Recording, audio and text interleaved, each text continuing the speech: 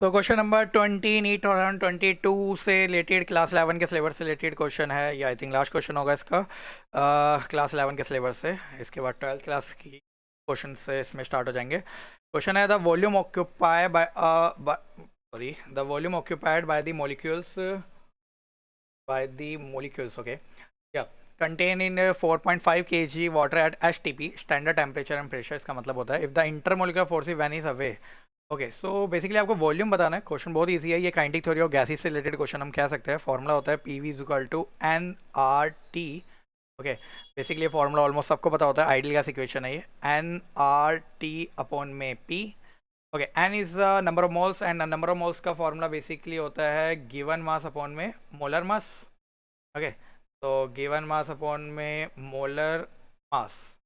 तो जैसा कि यहाँ पे गिवन मास आपको वैल्यूज़ दे रखी है इसकी 4.5 kg, बट इस kg को यहाँ पे ग्राम में कन्वर्ट करना पड़ेगा तो 10 के बाद 3।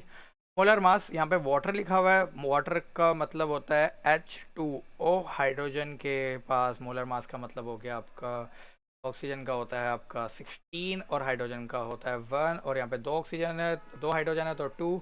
टोटल मास इसका मोलर मास कितना हो गया 18। ओके ऑक्सीजन वाटर के मॉलिक्यूल का मोलर मास हमेशा ध्यान रखिएगा 18 होता है। तो ये हो गया आपका गिवन मास अपॉन में molar mass.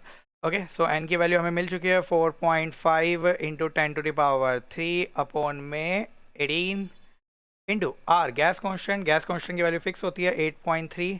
T temperature STP standard temperature and pressure में टेम्परेचर की वैल्यू भी फिक्स होती है 273। तो इसको मल्टीप्लाई कर लेंगे हम लोग 273 से अपॉन में प्रेशर। प्रेशर भी यहाँ पे वैसे एटमॉस्फेरिक प्रेशर है तो फिक्स ही होगा ये भी 1.013 इंटू 10⁵। ओके इसे आप कैलकुलेट करेंगे।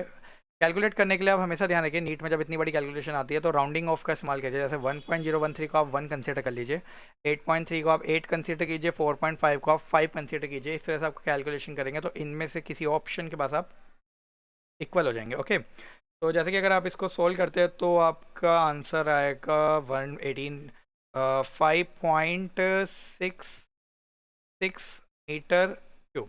ओके सारी पावर से पावर यहाँ पे कैंसिल होते हुए दिख रही है तो इसका राइट आंसर हो जाएगा 5.66 यानी कि ऑप्शन नंबर 4।